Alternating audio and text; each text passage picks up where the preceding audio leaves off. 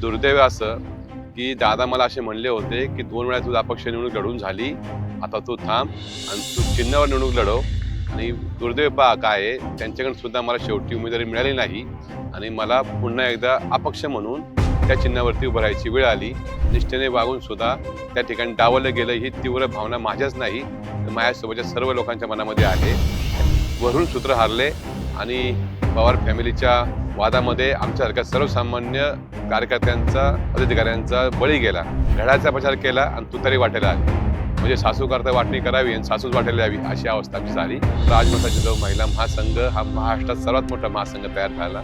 अनेक कार्यकर्ते तयार केले, अनेक कार्यकर्त्यांना उद्योगासाठी पायावर उभं केलं.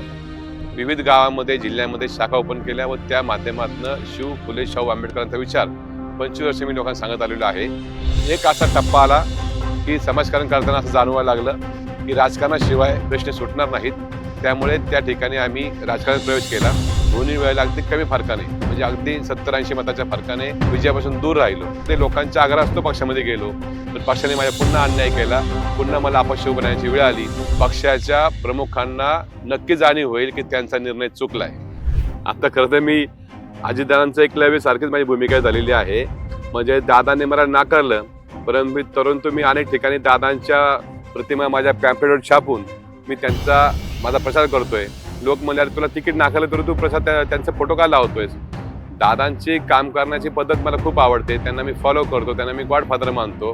परंतु त्यांना मला न्याय देता आला नाही. त्यांनी बोलून दाखवलं 2 ठिकाणी की ह्या पोराला मला न्याय देता आला नाही. राजकारणाचा बळी हा मुलगा ठरलेला आहे.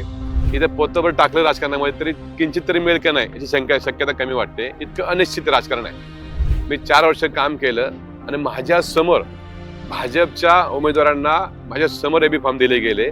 जे कालपर्यंत माशालीमध्ये होते त्यांना बी फॉर्म दिले गेले.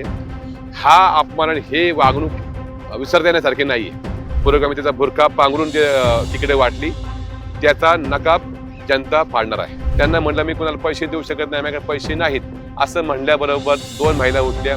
एकीने मंगळसूत्र काढून दिली, एकीने हातातली अंगठी काढून दिली. एका कार्यकर्त्याने हात खिशामध्ये 7,000 रुपये 7,000 रुपये काढून दिले. एकाने 5 लाख रुपये दिले.